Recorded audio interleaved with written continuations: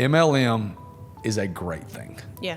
If it doesn't get obsessive. And so the moment that we had that $1,000 mark, you have that, I'm going to go all in. I believe it. There's no feelings. You intimidate, you beat, you win.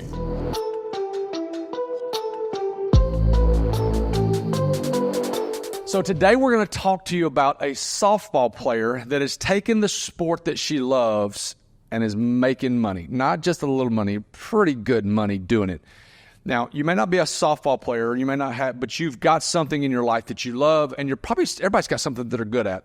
So what we're going to do today is we're going to talk to Kerri, and we're going to dive into how Kerri took something that she loved, and she is making pretty good money doing it. She has a passion for this thing, and she's figured out a way over the last 15 or 20 years on how to monetize it. We're going to talk about some hard work. But this is a really, really interesting journey. She was really, really apprehensive about coming on here. And so when you listen, I want you to hear a woman that is really, really good at what she does, but she hates a camera. So I am super proud of Kerri Foster today coming and joining me. So thank you for being here. Thank you for having me. Okay, so let's go back just a little bit and talk about, so Kerri and I went to college together. She played softball at UAB, really, really good softball player there. You were telling me earlier, go back to even before college. Yeah. So there wasn't a lot of pitching coaches around. My dad and I traveled Georgia, Tennessee to really do pitching lessons. And again, me and just a couple other were just the first ones to start fast pitch, like full circle pitch. We were slingshot. So It was kind of a new thing. And so when I would come back and they saw me doing it, all the little kids at the park would want to come do lessons with me. So I was in high school and I started doing lessons in my backyard. Now, where did you go to high school? Hoover High School. Went to Hoover, which is here in Birmingham. You're going around giving lessons to people while you're in high school? No, they were coming to my house in my backyard, in the rocks. Okay, so you're doing lessons in high school. As a high school athlete, you're giving lessons to kids. When I say kids, what age are we talking about? Probably 7, 8 to 15. Okay, so you're doing these lessons. Are you making any money in high school? I'll say not 15, probably, because I was probably 15 to 18, so I would say 12, I guess. So probably from anywhere from 7 years old to 12 years old, you're giving these kids lessons. Are they paying you? Yeah, I was making like $20 an hour. $20 an hour, which is like a fraction of what people charge for right now. So you're doing that all through high school. High school, is your dad helping you? Not really. I would just go out there and do lessons. So you're doing them at your house. Transition, you're at UAB, you're playing softball at UAB. Are you continuing to do these things then? Yes, in the off season. Summer and fall, I would try to still do lessons. We'd get a lot of kids from camp, and then I would carry my lessons. When I actually graduated, I had my first kid get their scholarship to a junior college. So I was graduating, so she was only 4 years younger than me, and I had coached her all the way through. So that was kind of cool. How about a high college senior having a kid that you coached go to get a scholarship? That's incredible. So you're doing this. So as you're in college, what did you want to be when you grew up? I don't know. I was graduating with a master's of science and health education. And about my sophomore year, they said, "What do you want to major in?" I said, "I don't know. Just softball. Get me out of here." Yeah, as quick as I can. Okay, so you started I just got a major, and I had no clue. I kind of went for nursing, but I soon figured out I didn't want to do that, especially when I had to kind of stop softball to do clinicals. So I was just like, at that point, I was like, well, just whatever. Get me out of here. Let's go back a little bit. Who do you feel like was the most important person in teaching you about this craft? My dad. Mentality. Yeah. He played at Alabama for Bear Bryant 1 year. Okay. So he was super just organized and disciplined and, strategic. He was always teaching me game, mindset, plays, stuff like that. And then I remember I was at this, an older guy that had pitched, fast pitch, was doing a clinic, and it's 10 people were lined up, and we would travel to see him. He coached all these big Olympic people back in the day. And my dad said, "See, you can do this one day." Wow. So he put that thought in your brain. Yeah, I didn't know it, though. I didn't think nothing about it until later when I was in college, and I had another just godly coach from Lorimer Jordan. I was doing coaching at a clinic at UAB because we had to do that. Yeah. We had to do these clinics. And she said, "I think you're going to be a coach one day." And I was like, "Nope. No, ma'am. No, I'm not going to teach kids. I'm not going to be in a school system. I'm not going to do it." And then I continued to do lessons after I graduated, and I did some personal training. So I'd get up at 5 in the morning, personal train from 6 to 12. fitness together. Remember the fitness? Yeah, I do. I took 2 hours off, would take a nap, eat lunch, and then I would go do lessons from 4 to 8 Wow. Where were you giving lessons at this time? in Hoover at the Viper Dome at the time. So it's just a random facility. Mm-hmm. Okay. So 22 years old, not playing softball any longer, giving these lessons. Did you think, okay, was this just like, okay, this is what I'm going to do for now? Yeah, but my dad kept asking me, when are you going to get a real job? But Were you what? Now, but you were. I mean, I was making really good money, I was going to say. and it was cash. Oh yeah. So at that time, I was living in an apartment in Lakeshore, something like that. Yeah, and I was working, and I was making way more money doing lessons than I was personal training. But personal training was giving me insurance, so it was like. But I didn't want to keep doing it because I hated getting up in the morning. Yeah. I didn't really enjoy the job, and I loved lessons. But at the time, I was doing 101 for 30 minutes, maybe an hour, and Dad was like, "You're capped out. This is all you could ever make. What are you going to do with your life?" Because, it was still really good money, but Dad wanted something more, I guess, stable, more somebody's got your insurance, retirement, kind of thing. My dad thought the same thing. But I was just like, you can't make the money I make in an 8-hour job than I'm making in a 4-hour job, getting paid cash, working when I want to. So why would I go work a job? Okay, so at what point did you think, you know what, my dad's probably wrong. I can make a living doing this. I've always thought my dad was wrong. Yeah. No, I always heeded his advice, but I was always if he says I can't do it, I'm going to do it, kind of challenge. Yeah. But I think after about 4 years of doing it, So you did that for 4 years. yeah, I just never stopped. It was just kept going and growing, and I would go to another place that had more space, and I would continue to kind of get, at that time, these indoor facilities were getting bigger and bigger and more, So actually, I left there, and I had my own facility. Where? On Lakeshore. Okay. It was where Total Softball and Baseball used to be. It was right around the corner on Lakeshore. So I had my own facility, and we actually got turf. Somebody told me we could go to the old baseball place in Birmingham, the old place. They had, from the Atlanta Falcons, they had cut AstroTurf and delivered it there. My dad and I went and picked it up. Yeah, you did. And we rolled it out, washed it, and rented our own machines and put that AstroTurf in my building for free. That's awesome. So how long? So you're doing this for 4 years. Yeah. Where does it transition after 4 years? That's where I was. Going I got at this my own facility. place. You're at their own place. Are you personal training still? Or are you just softball? Nope. You transition into just doing softball. How much money are you making? You're 26 years old. What do you think you're making at this point? About $10,000 a month. $10,000 a month doing softball lessons. Yeah. Okay.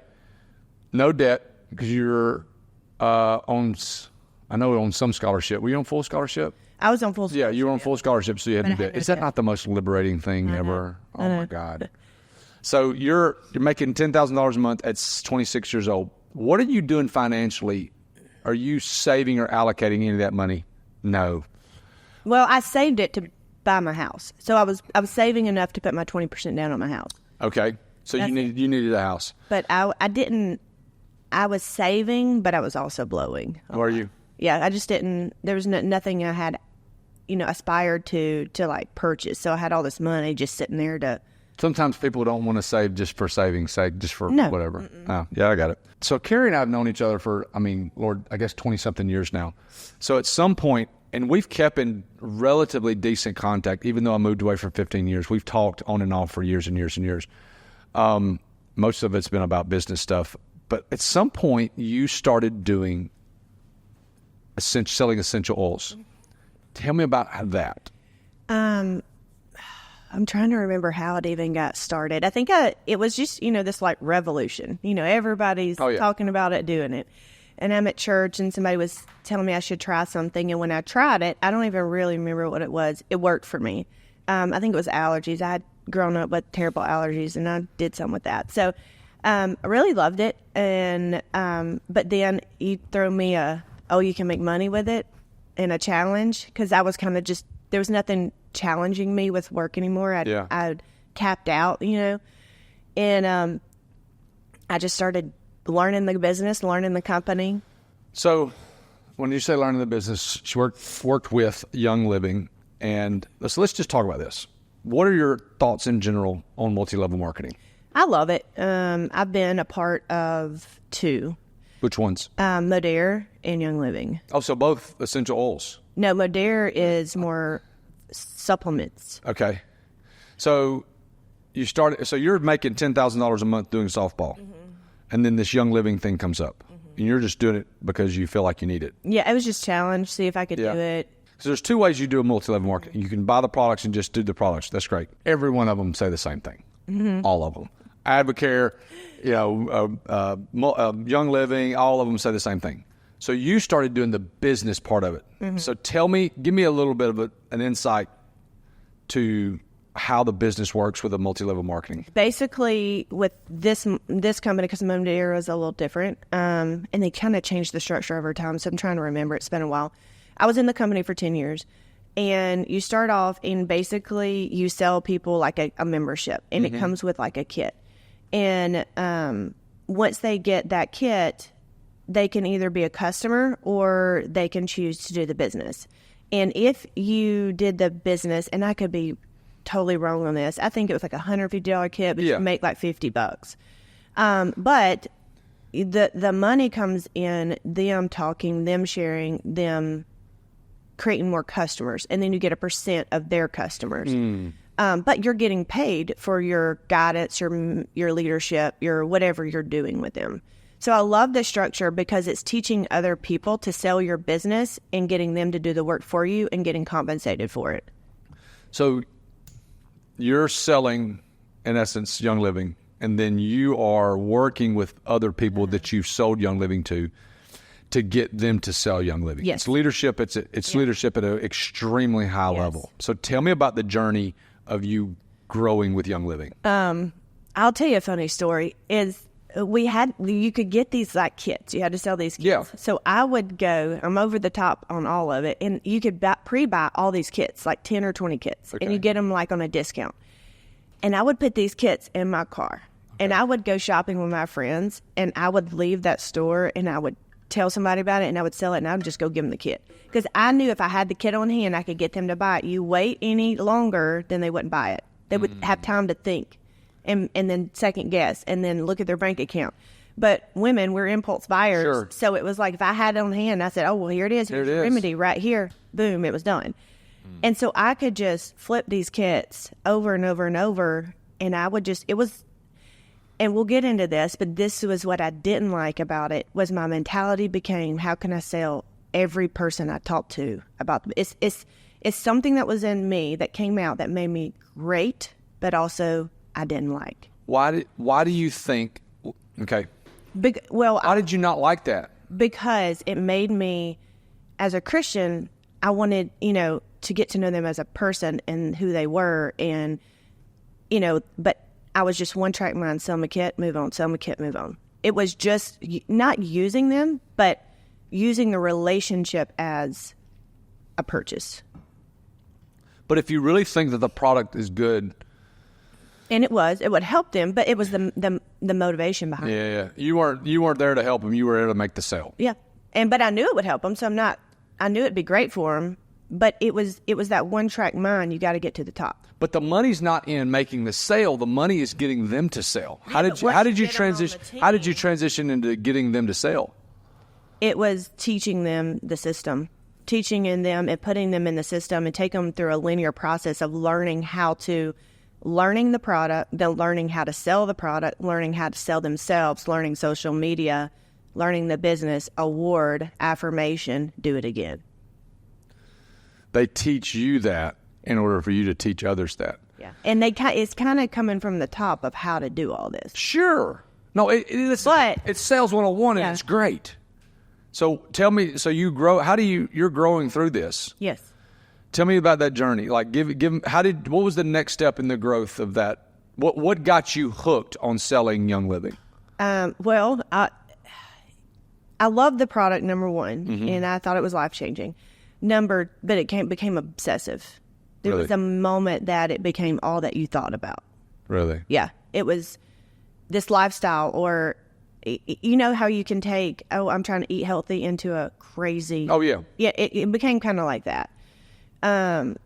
Just totally, you couldn't even be in a store with perfumes and you're thinking you're getting cancer. Like, it was just obsessive compulsive in my mindset for me of we had to live a certain way to prevent cancer. Sure. You can't prevent anything. God's hands in all of it. Sure. I mean, you can do healthy things, No, but yeah. there's two different mindsets. But Okay, so where's softball at this stage? I'm just rocking and rolling. I was, after a couple of years in my own facility, I moved out into another facility because I had my little girl, and I just didn't want the overhead. And How old is she now? she is 18. Where does she go to school? She homeschooled. So we homeschooled amongst running two companies. That's right, you did. Now, did she play sports? She did. Uh-huh. But I was very intense, and she wasn't. I was very competitive. She wasn't. She didn't care. She was there for the socialization. I was there to win. Yeah. So I'm and I was like, we're not going to pay thousands and thousands of dollars and spend every weekend at a ball tournament for you to be like, it was fun. yeah, it was good. Hung out with my friends. No, we're not doing it. We got to win. That's right. Okay. So you're doing Young Living, you're doing softball, you have your little girl. Where do those roads get really big really quick? Mm-hmm. So tell me about how you managed softball at $10,000 a month at that 26 years old, and then how you started growing what ended up being a pretty big Young Living multi-level marketing business. Yeah. I think I had a team of 6,000. I was making $10,000 a month on it. On Young Living. Yeah. Wow. How long did it take you to get to that point in the multi-level marketing? 8 to 10 years. But you I slowly like progressed. a 4,000 a month I got to 3,000 to 4,000 a month really quick. That's what keeps you. Once you get to that 1,500 to 2,000, it's like, I'm not leaving now. This is $2,000 a month. Yeah. It's just once you see it. And then they developed an app. And the app would show you if you got 50 more, your paycheck would jump $2,000 more. That's where it hooks you. Because I would fixate and I would strategize.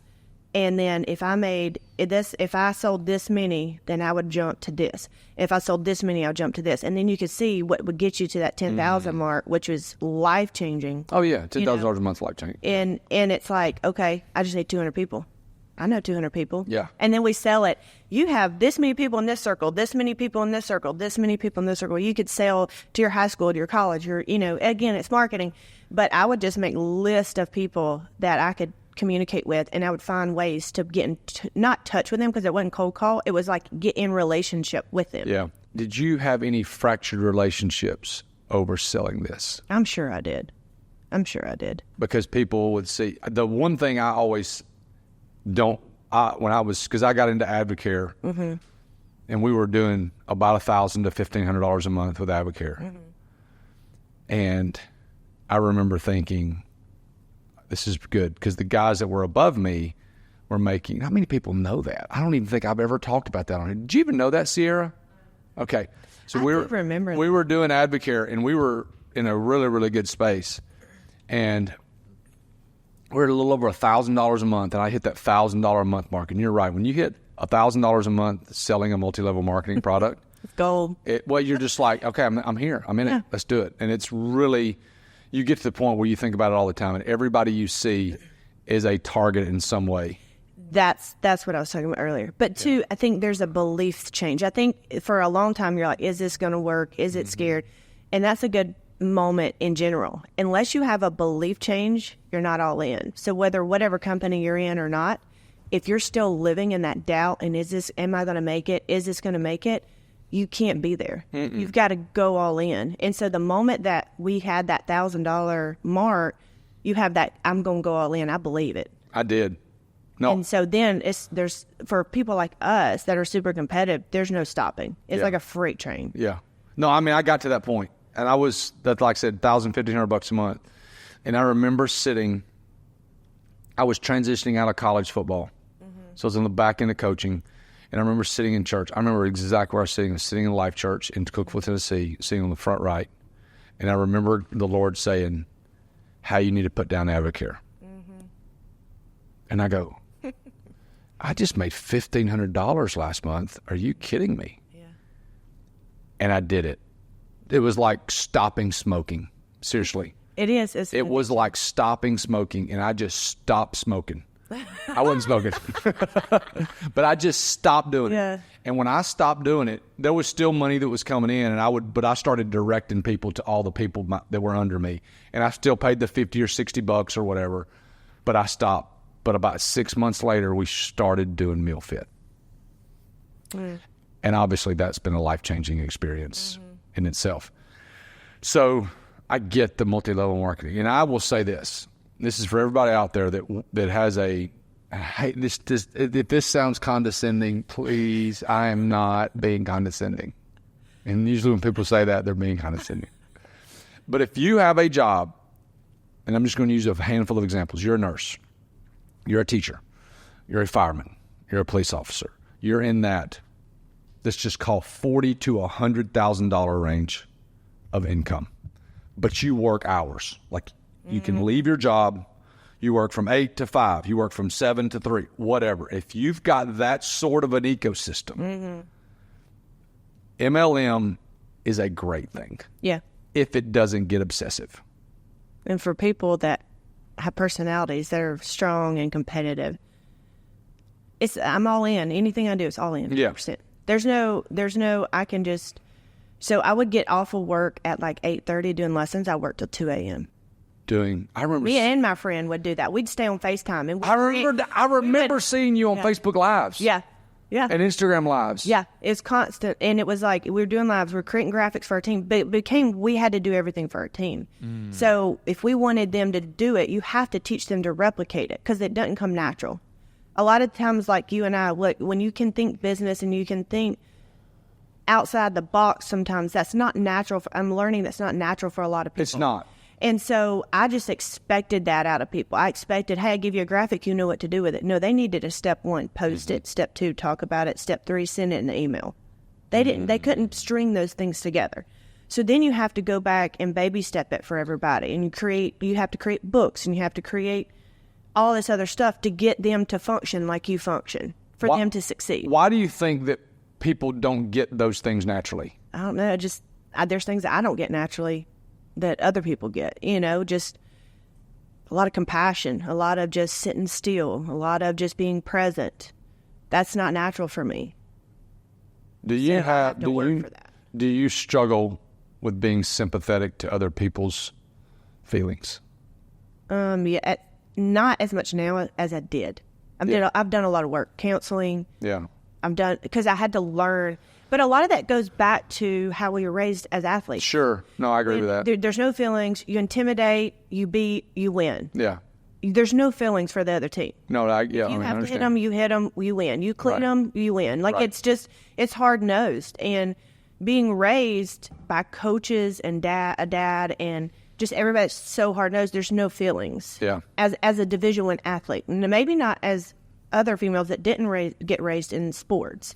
But a highly competitive sport, you're raised like a boy would be raised. Sure. No, I totally agree. Men are very not as sympathetic or empathetic to feelings or feeling feelings because they're not as in touch either. Right. So it's not that I had to get back to who God created me to be. So you think it's a spiritual thing as much as it is anything? Empathy, sympathy type stuff. For me, yeah. I had to recognize who I was and also not doubt who God created me to be. God gave me all that to be successful. Right. But he also gave me a tenderness and a love and a kindness that had to be pushed down so that I could be successful here, or was taught it had to be pushed down to be successful. What was your biggest frustration with Young Living? I think for Young Living, it got to be at the end, running a team of 6,000, and it was like I want to win at all costs, and I want people to win with me. So I'm always somebody I'm going to bring them along. Just like it's the same problem with coaching. I want it more than the kid wanted it. Sure. She didn't want to work as hard as I wanted to work. And that was the thing with the MLM is they didn't want to work from 8:30 to 2 a.m. Yeah. They had kids. They had a husband. They had other things. They either didn't have the time, the energy, or the desire. And they didn't have the work ethic to put into it to make it, but they wanted the 10,000 Sure. and didn't have the time or the work ethic to do it. Do you think that they felt ownership? No, like we've talked about before. It was like I think they thought it was going to be handed to them. It was a narrative that we kind of created, you know. Do you think that you created false hope? Yes, and then Yes, yes, I created false hope. not intentionally. Sure. It's because I was following suit. I was following suit of this person did this. She's successful. I'm going to do this. And it's like, she won, I can win this way too. And you, and in turn, thought that all these other people behind me, below me, below not negative, behind me, below me, can do the same thing. But they got to do what I did. They got to do what I did. And they didn't want to do that. No, but that was not a right narrative in my head because other people did it other ways. I just didn't see it. I didn't know it. It was just one track mind. I know this works. If you do it this way, it's going to work. If you had to go back over and do it again, what would you do different? I think I'll say this too because it came up in my mind a couple of times. My daughter one time said, I liked you better before Young Living. Wow. Yeah, and that's when it got to me that she liked me better when I was home playing, being fun, whatever, but I'd get off work, put her to bed, and work. Or I would be working during the day, trying to do homeschool at the same time, and she wasn't getting attention because that was my main focus. So that's when everything started to shift for me. When she started noticing I wasn't present. That's really good. And it's not that it's wrong. I just did it impulsively, that's all the time. It wasn't that I did not know how to create boundaries and margins. Yeah. It was all or nothing. So I had to get this done. It was important. I had to hit my goal, and then I can help you read tonight. It was like she was always kind of on the back burner for what I had to do. So that's when things started changing for me, and that's when I didn't like what it was doing in me. So you're still doing softball, you're still doing Young Living. You've been doing Young Living for 8 or 10 years. You're killing it in softball. What did you just like smoking? Did you just stop doing Young Living, or was it a progressive? It's a progressive, but for about 3 years, the Lord had put on my heart to do an online academy. This is before COVID. So just start doing this online academy. I could start making money, do a video because I was replicating what we did in the MLM.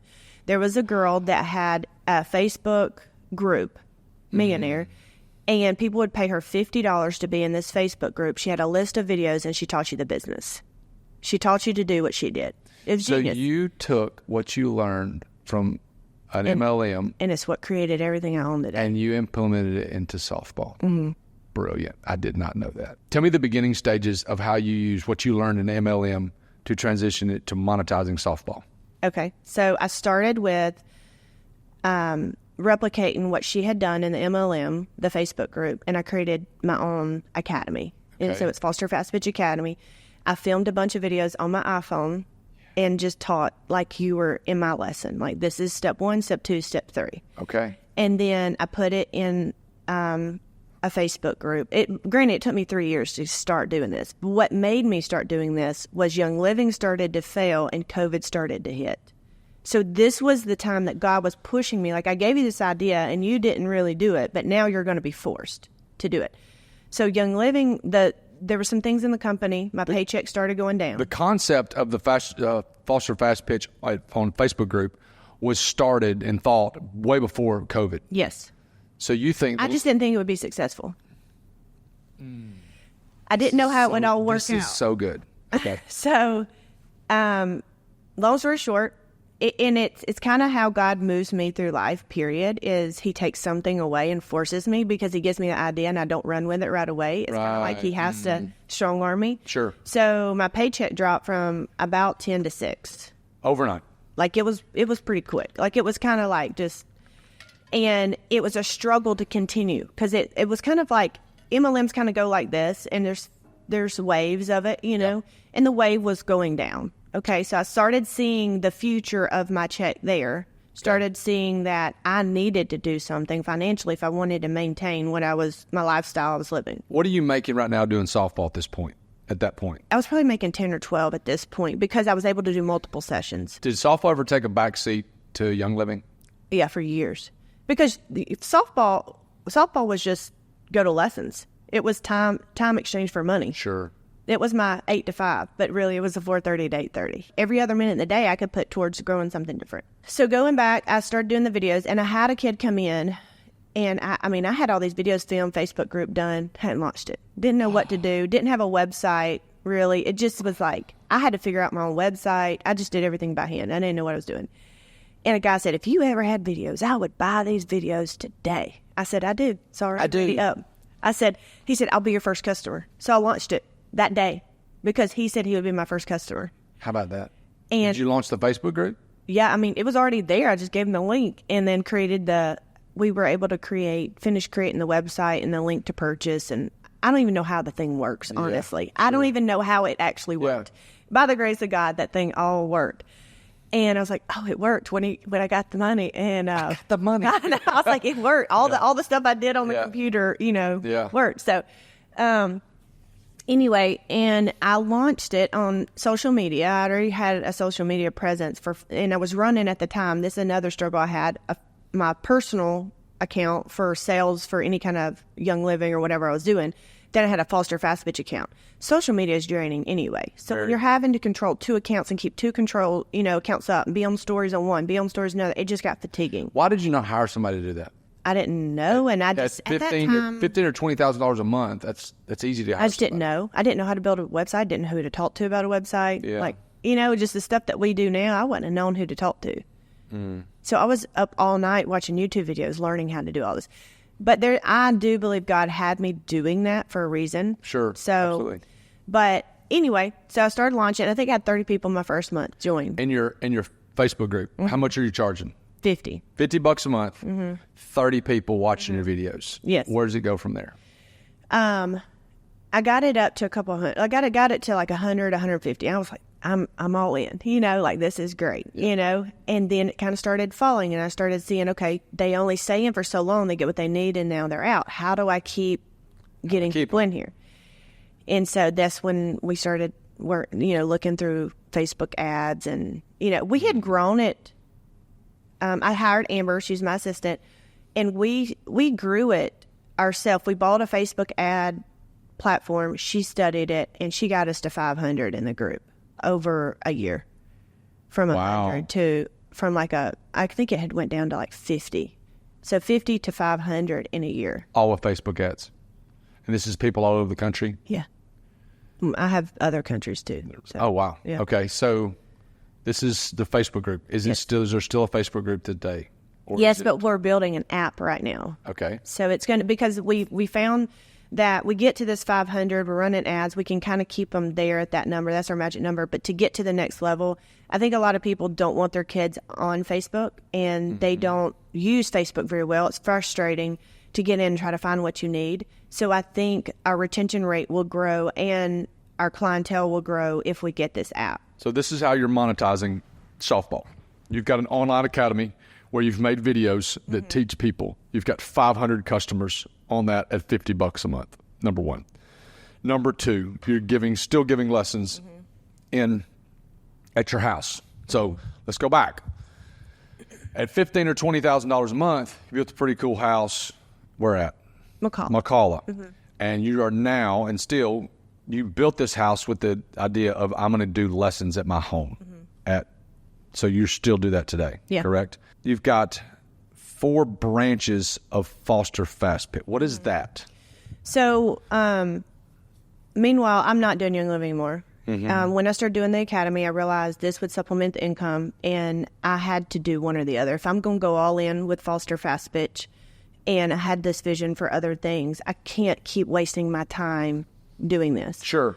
And so, and the Lord had been talking to me about letting it go, and I think I was about at a $5,000 mark, and I just left the company. So $5,000 a month just said... Overnight. Yeah. Wow.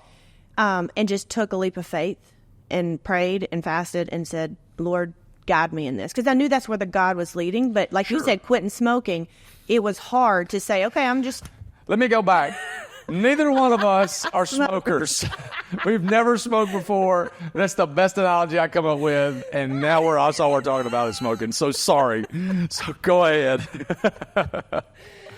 So It was hard. It's, saying I'm not going to make $5,000 a month and I'm giving that back to somebody after a baby that I created for 10 years, something I built for 10 years, and letting these people down that look for me for leadership. Yeah. And even social media looked at me like, I need to come here and hear what she's going to say about oils. I need to get my oil fixed for the day.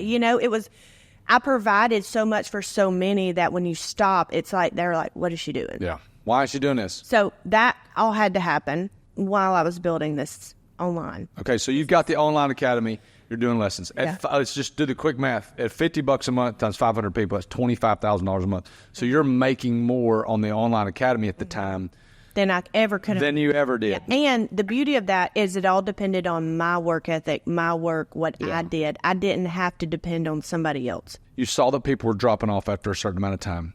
Mm-hmm. What did you do to fix that? Did you add more content, or did you do Facebook ads to get more customers?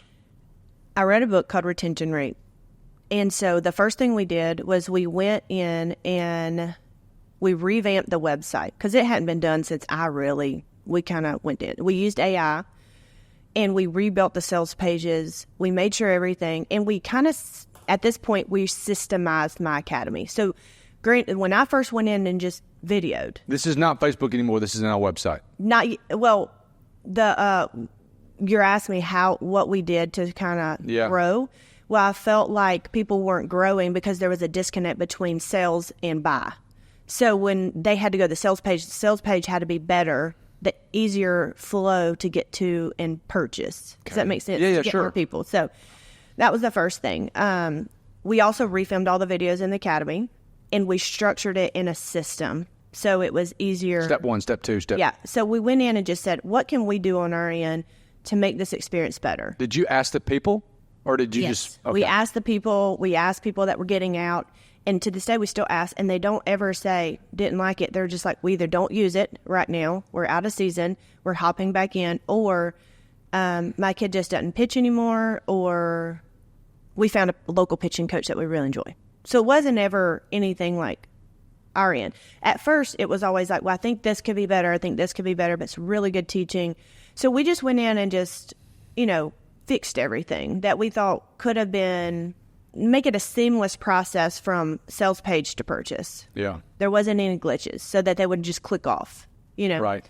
So that was the first. Retention Rate was talking about how to keep people for over a year. And the one thing it said is if you stopped what you were doing tomorrow, would they still need you and miss you? And I was like, no. And it made me think at the time I was doing an app for working out. And if she didn't send me that notification to go work out, and this is my workout, I would go to the gym and just lay on the floor and stretch and do some ab work and be done. I needed that structure of that program. Look at the video, I even knew I probably knew what the workout was going to be. I had been in there so long, but it was that notification. I knew it was going to be there. I go to the gym, no thought, no time, just go in, do it, get out. Right. And I said, I need that for softball. Okay. They go in their backyard and they throw, and they do the same throw, and they don't know how to fix it. They did watch the video. They don't know how to apply it. They don't know how many drills to do. They need that. Where I just got out and said, I'll throw until I feel good and move back. They need that structure. And so that's when the idea of the app came. I want to build an app that sends my kid a workout for the day. She can go out on her own or with a dad or with a mom or coach. Whoever, and go do a bullpen and feel successful. Yeah. Have something to think about, have some drills, pitch, have a bullpen. Right. And if they had that would make them miss me. Because then they kind of wouldn't know what to do. Wouldn't know what to do. And then they would need the app. So it's not just I go in and learn, I get out. Now they're using it every single day. We had a lot of people in there that didn't even know they were in there. I would say when I had like 100 people in there, half of them didn't even know they were still purchasing. Really? Yeah. So they weren't utilizing, and Retention Rate said they have to use it to miss you. So you have to. So we had some weeding out of once we started running emails and building email lists and running marketing ads, they realized they were in it and they were getting out. So we had a lot of that happen. Which is fine. Yeah. No, which is what you want. You want people to use your product. Yeah. What do you think the number one thing to growing the business was? Was it Facebook ads? Ads. Facebook ads, Facebook ads. Instagram ads. Yes, because one, it's the marketing, it's the billboard, it's the hey, I'm here, but also it's I didn't have to be present on social media all the time, which I was so burnt out on because I had built it originally just on being on stories every day, showing Instagram content every single day, adding value every day. It gets tiring. How did you learn to do the ads? We bought Jana Bishop's program. I remember that. Yeah. And I couldn't figure it out. And I gave it to Amber, and Amber ran with it. Like, she gets that kind of stuff. I remember that. And then you said something about you were doing TikTok ads, right? We weren't successful, but I think we were doing them wrong. So then I hired a marketing team, David. Yeah. Nips. Uh-huh. And so then we've been using him for almost a year. David and I worked together. So, yeah. I sent David. Yeah. You sent him. That's right. Yeah. Yeah, David Nips. So we had Nips Media. Yeah. Plug. We had went from He does a really good job. So what he does for us is he helps us with Facebook ads for any of the things that we do, whether it be Walcox Point, Meal Fit, Table and Time, whatever. He does a really, really good job at like understanding and knowing, listening and doing that. Is that to say is that what he's doing for you? Mm-hmm. What kind of ads is he running for you? Basically anytime we do clinics or we do my coach's certification or for the academy. Okay. So let's go back for a second. Okay. You've got the online academy. Mm-hmm. 4 branches of Foster Fast Pitch. What is that? So we have the in-person lesson. Okay. We have the online academy. Okay. Then over, I guess, the last 4 years, we started with a mentorship, now have a coach's certification. Okay. And then clinics. And now we just added remote training. Okay. So let's go to this coach's certification. What is this coach's certification? Who cares if Kerri Foster certifies you? Again, it branched from Young Living. I wanted to mentor women and show them that they could make money doing what they do in a full-time income. Most women were working as a teacher or doing some kind of job during the day and then leaving when their husband gets home and go do lessons. Therefore, they were physically exhausted just trying to help provide, and they weren't doing it the right way to be successful, and they were wasting a lot of time, money, effort, and they were exhausted. And so my heart was to teach them the business side of sales, marketing, Instagram, retaining clientele. So I, again, started with a video series, and it was like a 12-week video series. And if they wanted to be mentored by me for 3 months, they would get the 12-week video series, and it would teach them social media, website, taxes, LLC. It would just, anything they need. Oh, email system, how to start doing an email system, Canva, graphics, like anything they would need for a business. So what you're telling me is you took what you learned at Young Living was incredibly important for you. I'm figuring this out. Yeah. So you took what you learned from Young Living and you applied it to your own life in teaching softball. Mm-hmm. You then took that and then you saw, okay, there's got to be other ladies out there that want to make a living doing this. And so you started a platform that's easy for them to learn this thing that you learned from Young Living. Yes. So that's your academy. No, that's your coach's certification. Yeah. So coach's certification is you teaching other coaches how to monetize their sport. Yes. Well, it started like that, mentorship, in 3 months. And then after that, they were like, I still want this. I don't want it to stop. And I did that for a year, and I realized, how can I do this for a year? So I developed the coach's certification. And so now they get monthly Zoom calls. They get that. They get the academy. And then we have a yearly retreat where they come in and we do a 2.5-day intensive training with specialty coaches, myself, and they get to learn all more than just, there's some character building, there's leadership, there's developmental on the pitching side, there's business help, business coaching, but they get that as part of their coaching certification, and it's just really building a community, because what I found out is that they didn't really know they needed all of that. They wanted community. They wanted somebody to call and say... They need somebody to call. Yeah. And so that's our Zoom calls, our monthly Zoom calls that we have. And so now it's become a yearly thing. They just re-up. And my goal was to get 50 coaches, one in every state. We have 30 coaches. And so we still got about 25 states to have a coach in. Tell me about your retreat. How does that, where do you do that? How is it structured, all those things? Right now, so far, in my basement and in my house, because I built my house with... I just structured the whole gym and said, put my house on top. And so I just didn't want the rent. I didn't want all the extra bills. It was just easy. I can write it off. So we did that. So they will fly in usually on a Wednesday, and then on Thursday they watch me train. They're in my lessons. They see how I run 4 kids at a time. They see how I teach, how I word things, how I, just how it runs. They ask questions. They get to hop in and work with my girls. I get to work with them working with my girls. They love that. So then we'll all have dinner at my house usually. Yep. We'll have food catered in. It's just networking time. People are getting to know each other. Before lessons, we have they come in and we have that time too. They have food and just whatever. And it's just a fun day. And then Friday starts the training. This last year we did 4 hours on, we had a guy from the military, used to be military, and he works with team bonding with a lot of the D1 coaches, but he also does corporate stuff as well. And he formed an obstacle course outside in my yard, and they got out, and we had to figure out as a team how to do stuff. And you could see if you were being more individual or team focused or foster fast pitch focused or individually focused. And just, it was fun. And he just really worked with how to ask questions. Don't teach from a perspective of giving answers. You teach from a perspective of asking questions, and then now you get the kid to analyze what they're doing. Otherwise, they're not self-feeders. They're just giving me the answer. I'll try to do it. It's life-changing for coaching. It's been life-changing for me, coaching. Then we had lunch at Taco Mama. Then we hung out at the Airbnb in Helena, had games and just fun, hung out. And then the next day we did sensor training, technology training. We put sensors on their body, be able to see how they move. Right. And then we eat and they're gone. So it's. Do you charge them anything extra for the retreat? No, it's paid for as part of their coach's certification. They just have to get there. So you've got 30 in that. Yeah. So you've got the online academy, you've got the coach certification, and then now you've got remote training. Tell me about remote training. And then we have clinics. Yeah. But clinics, I try to just do one a month. And we go out, and I try to do clinics with all the coaches, certified coaches.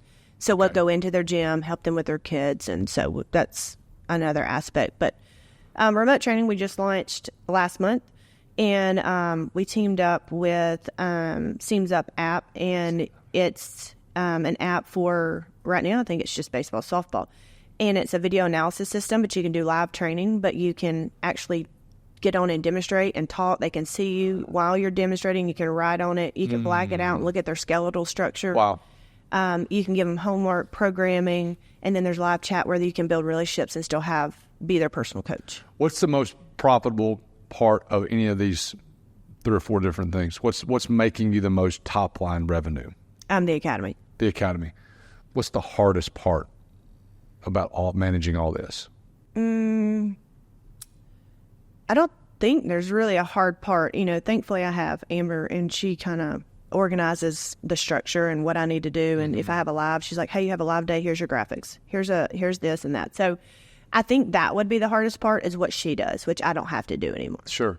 I just have to show up and do what I do. How? So the organization of knowing when to be where, what live, when to go live, when to be here, right, getting everything done. How important is it as a business owner to have an assistant? I couldn't have grown without her. I was stuck. You have that cap. Yeah. Because you only have so much time, you only have so much knowledge. And she is she's like my best friend, but also she knew softball. I coached her since she was Amber like who? Reimers. It used to be Torres. She pitched at UAB, but after us. Okay. She's younger. She's 33, I think. Okay. Something like that. So, but she's super organized. She's Google Sheets, spreadsheets. Like, she gets it. She's on top of it. And we couldn't have grown without Sierra. Yeah. We were at a certain point, and Sierra is here with us today. She's over there behind the camera type thing, and it's the same way. I tell people all the time, you have to have someone that can take the things off of you that either you're not good at or you don't want to do. Yes. Because if you don't want to do them, you're eventually not going to be good at them because they wear you out. Yeah, well, I couldn't do what I was great at. I couldn't film any more content. I couldn't be present on social media. I couldn't do the things I did because I was wasting time doing this. Yeah. No, we would. It's just like your Amber is my Sierra. We would not be where we are without her. That's for darn sure. So let me ask you a question. Could you coach someone that is in another sport about their sport? Could you take a basketball guy? Could you take a football guy? Could you take a track guy, a lacrosse person, and teach them how to monetize their love and their desire and their knowledge in that sport like you do softball? Yes. Have you done that with any other sports? Mm-mm. That would be interesting. Yeah. Would you Actually, I helped two interested in professional. I would, because that's what I love. If I only did one thing, that's what I would do. Really? Yeah. The coach's certification. Yes, I would help people grow their business. But that's probably the least profitable thing you have. And one thing I'm most passionate about is seeing other Yeah. people succeed and grow. I'm entrepreneurial, so I want to see something grow. I want to see something build. It's a hard question. Okay. Do you think that you're passionate and all those fun-feeling things about it because it's the newest thing you're doing and it's the smallest thing you're doing and you want it to grow? Or do you really think that that's the most important thing? No, I think it's the most important thing because it's life-changing for them. It frees their time up, makes their marriage better. Yeah. It's ministry. You think so? Mm-hmm. That's good. It's intimate conversations. It's getting down to the gritty. It's seeing them succeed. What's the cap there? What's the what? What's the cap there? What's the number of coaches you're like, we're good. We can't do any more? I think 50. 50. Yeah. And when you get to 50, what will you do? Will you raise the price? I don't know. I'll probably open up, do something else, branch to the... Yeah. I'll probably grow it something else. I'll have another idea to grow. I think it'd be a good thought to beta test another sport. If there's a quarterback coach out there, or there's a swimming coach out there, or there's a whatever. I had an idea because, I was a competitive pickleball player. And I wanted to do it with pickleball because nobody has... I actually want to do the online academy For with pickleball. I wanted to hire... Are you that good at pickleball that you can coach pickleball? No, I wanted to hire other professionals and do the whole business structure, but have them coach it. I love it. But I did help two pro baseball players do what I'm doing. Now they've got an academy and they've got an online coaching thing that they do. One's local, one's... Who's the local guy? Well, I don't want to mention him because I want him to thrive on his own thing. No! If you've got a local guy out there and you can talk, you don't think if you talked about him, it would help him? Yeah, but I don't want him to think like he got anything from me. You know what I'm saying? Okay. I don't agree with you, but I'll go with it. What's next? Right now, I'm just riding this out, trying to master the online academy and we love to see 1,000 people in the academy. That's our biggest goal. And you're over five. Where are you at? 500? 500 now. Averaging. We'll gain and lose. But again, July to August it goes low. But I think because people are travel balling, getting out, they're not playing. This should be your big time, September, October, November, right? So, yes, and so now we're gearing up for Black Friday launch, and having the app done and completed, and then writing programs for that. Do you dip in February through May when softball, like school ball, is going? It's mainly the summer. It's mainly like June, July, and then we realize I think a lot of kids are young that are in there. They're not playing school ball. They're not playing, and their summer's over around June. So it's not the 16, 17, 18-year-old going to college that's in there. They're still playing. So now it is an advanced program, but now we're trying to advertise towards the advanced program to get more of those kids so we don't see the fall off. How much are you in the day-to-day, week-to-week with the Facebook ads? You're not?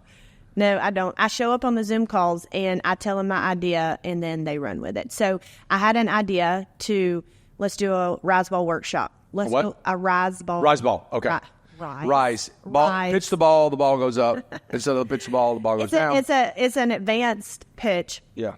And do these workshops every single month. So these people that have been in for the basic foundation beginner, they'll hop back in saying, oh, she's doing some advanced work. Even though the program's in there, like I said, it's Facebook, they don't see all that stuff. Because there's so much in there. Yes. And we're starting to bring everything back down, have limited videos, make it easier. Because there was hundreds. And people, that's overwhelming. That's another retention point thing. When you say, I have 100 videos, nobody wants to get in there and do it. But when you say, I have a one-page PDF, sign me up. Yeah. So that's the kind of what we're doing. We're redoing all that. So, but I wanted to, again, cookies on the bottom shelf. I'm going to send you a video. Here's your homework. Cookies on the bottom shelf. Explain that. There's no hard work to it. If you make something easy and time saving, they're going to do it. If it takes their time to figure out how to use Facebook, they're not going to do it. If they get in and can't figure it out and there's frustration with trying to get to the guide or whatever I have, they're going to quit. Not going to do it. So you've got to make things very seamless, easy, not a lot of time for them to continue to do it. Is this a sellable business for you? Could you sell this? Yes, but I'm thinking more of franchising with the coaches. How? So it's Give me the thought there. well, they're certified coaches. I've already trained them. I know they have the same system, the same belief that I have. Okay. Got them all over the country, and they can't afford a facility. But the facility they're at is taking 70% of what they make. They'll charge $100 and go home with $30 an hour when they can make $100 an hour. So If I could buy land or find a building, provide the building somewhere because they don't have the income to do it or the credit score, they just don't. They don't think that way. I can put my certified coach that I've already trained in there, and then that's the growth of the business. Ooh. Do I want to? I don't know. That's just an idea. I would say this. This is unasked advice. I would say that you're really doing a great job and your costs are silly low. Yeah. I mean, your costs are so low. Now, you got some pretty good effort there. But you got a good team, it sounds like, but your costs are so low. So you don't have to make gazillions of dollars if your costs are just like, Yeah. I mean, you don't have a rent. You don't have a power bill. You don't have I mean, you got a power bill at your house, but like, for the most part, you're running this thing out of your gym at your house and and online, correct? Yeah. I mean, that's pretty awesome. So Part of that is helping, again, goes back to that mentorship, helping them succeed. But if you look at what we talk about with franchising options, would it not be like if you franchise it, they pay, you have that contract where they pay you back, but also I could get a percentage of what goes in and out of those lessons. if they buy the thing, the thing is, I don't know that you want to own, if you've got someone in Knoxville, Tennessee, that's one of your certified coaches, do you just Kerri Foster buy the land, buy the building? You don't, I mean, I wouldn't think you'd want to do that. Now, Well, these people already have prime businesses. if they did that though, I don't know. I think that owning gyms randomly across the country, I don't know. Well, you asked what was. Yeah, no, I get That is it. I get there. it. I get it would definitely have to work out, and I'd have to seek a lot of advice. But Yeah. that's an option there. The other thing is the retreat that we do in August, Love opening that. it up to other coaches that are outside and making it a big event. And then Maybe a sales event. Seriously, Yeah. like you get 300 coaches there, Yeah. and you're selling it, and you got 50 or 30 coaches that are really bought in, and they're selling this thing with you. I mean, Yeah. I think that's great. And so then we would provide all that and then just have VIP access for our certified coaches. And then also give our certified coaches breakout sessions and let them start taking ownership of and doing that. So that's another big thing that we're thinking. So there's a lot of income coming in. Where are you investing your money outside of the Foster Fast Pitch business? Nothing right now. But I have a meeting today at 3 where we're doing Ignite. Do you know what I'm talking about? What is Ignite? The Wealth Without Wall Street. They do the 6 Yeah. months of getting everything structured. I think my biggest thing is getting with somebody with taxes and just making sure I'm saving as much as I can and doing everything right. That's first, and then. But we have what we would. So you're like to do. you're gonna do taxes before you do investments? I gotta save some of all the taxes I'm paying. Okay, I jumped huge this year. I know that. And so I got to figure out how am I going to not get busted with that. Assets. Buy assets that produce income, i.e. real estate, i.e. whatever. Yeah, so that's what I got to figure out. I don't know. The one thing that I think we kind of want to do is buy land and do like rental, where they rental storage. Yeah.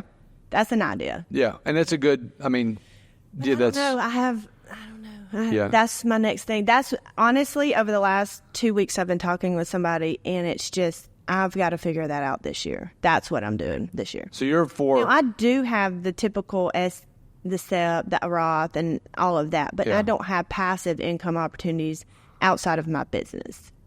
Yeah. That is the biggest thing, is like when you start making excess income, is like, where do you put that money? Yeah, I don't know where to put it. But last year I wasn't quite there yet. We had talked about that. Yeah, I remember. It just doubled this year. Yeah. So that's where I'm finally at that mark where I've got to do something. I just don't know what I want to do yet. Don't overthink it.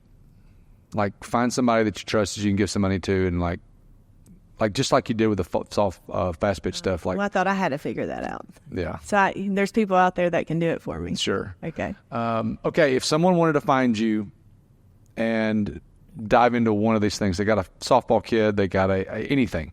They wanted to, I think the best thing right now, if I was sitting there watching this, or I knew a sports coach or someone that loved whatever their sport was, I would reach out to Kerri and say, hey, can you help me with my basketball, with my football, with my golf, with my whatever? Where can someone find you? FosterFastPitch.com. Okay. Or Foster Fast Pitch on any social media. Perfect. So if you know somebody that has a desire to make money and to make an income and make a living on the sport that they know and love, she probably does it as well, if not better, than anybody that I know outside of like a massive celebrity that doesn't really do a whole lot. So I commend you on what you're doing. It's really, really wonderful. So reach out to Kerri, find her on the social medias, find her. I mean, I love the fact that she's taken, honestly, the crux of this story is you spent 8 or 10 years learning Young Living. You took the model and have applied it to this, along with, social media and marketing and ads and things like that, and you've created a wonderful business. So I'm super proud of you for this, but this is also a great story. So thank you so much. Thank you for having me. All right.